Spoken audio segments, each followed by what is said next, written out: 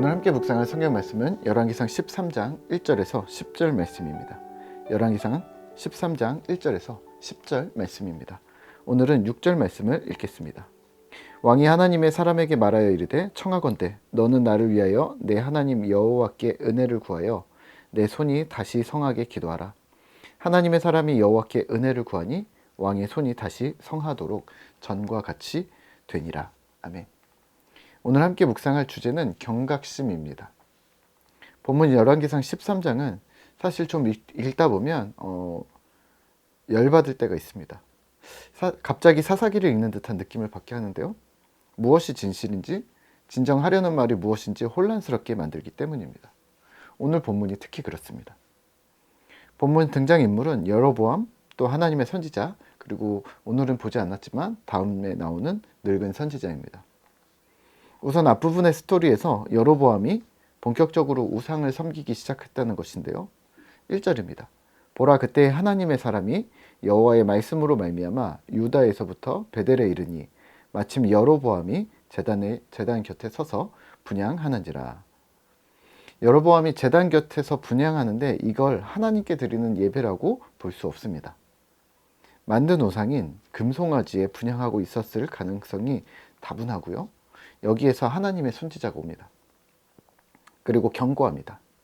사실 여로보암을 왕으로 삼을 때 하나님께서 그에게 말씀에 순종하면 견고한 집을 주시겠다고 약속하셨었는데 이를 상기시키는 것인 것 같습니다. 물론 여로보암은 말씀을 따르지 않았습니다. 오히려 선지자를 잡으라 라고 합니다. 여기서 기적이 펼쳐지죠. 팔을 뻗은 여로보암의 손이 말라버립니다. 그리고 예언대로 제단이 갈라지며 재가 쏟아집니다.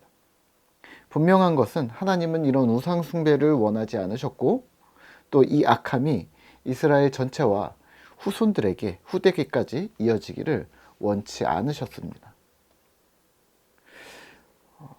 당황한 여로보암은 하나님의 선지자에게 고쳐달라고 다시 청합니다. 6절입니다.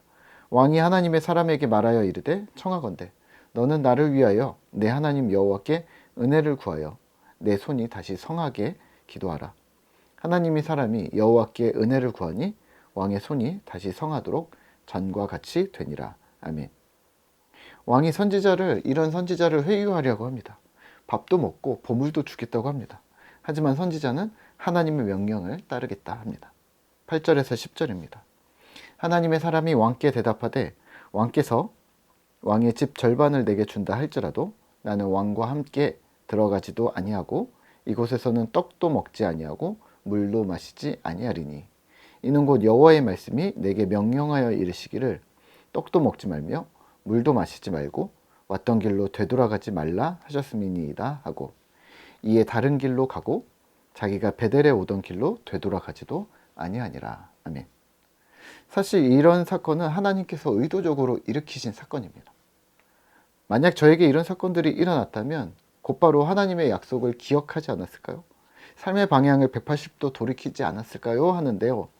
오늘 여로보암은 그렇게 하지 않았습니다. 하나님의 경고를 듣고도 그는 경각심을 갖지 않았습니다. 아니, 경각심은 들었을지 모르지만 그에 대한 정당한 반응으로 이어지지 않았습니다. 오늘 말씀을 묵상하며 우리는 무엇을 기억해야 할까요? 네, 경각심입니다. 살아계신 하나님은 여전히 우리의 삶에 개입하고 계십니다.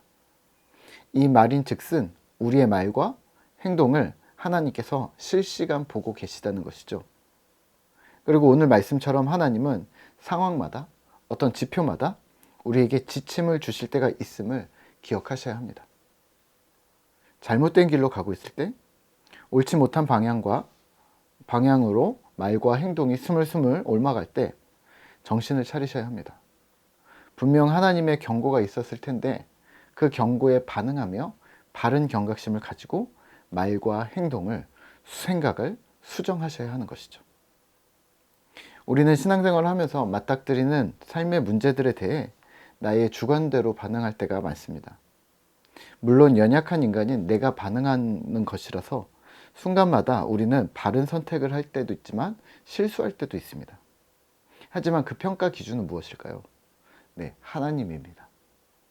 하나님이 우리의 삶의 기준이 된다는 말은 구체적인 삶의 순간적 선택뿐만 아니라 우리 삶의 전반적인 태도가 하나님의 성품을 닮아 있다는 말인데요.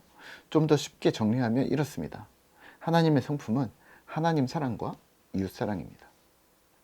만약 오늘 기분 나쁜 일이 있었다면 그 상황에 나는 어떻게 반응했는지 하나님 앞에서 신자라는 측면으로 우선 하나 체크하셔야 합니다. 더불어서 그 상심한 마음이 나의 가족이나 내가 속한 공동체에게까지 가져와서 좋지 않은 영향을 끼쳤는지 이웃사랑이라는 측면에서 하나 더 체크하셔야 합니다. 어설프게 갑자기 원수를 사랑하라고 강요하지 않겠습니다. 다만 사랑하는 가족과 생명 같은 공동체 식구들에게 또는 이웃들에게 내가 입은 손상을 전달할 필요는 없다는 말입니다. 말씀으로 신자된 내 삶을 돌아본다는 말은 이와 같습니다. 삶의 편린 속에서 내가 예수 닮은 성품으로 살아가고 있는가? 죄에 대한 거부, 이웃에 대한 사랑 둘 다 동시에 반응해야 합니다.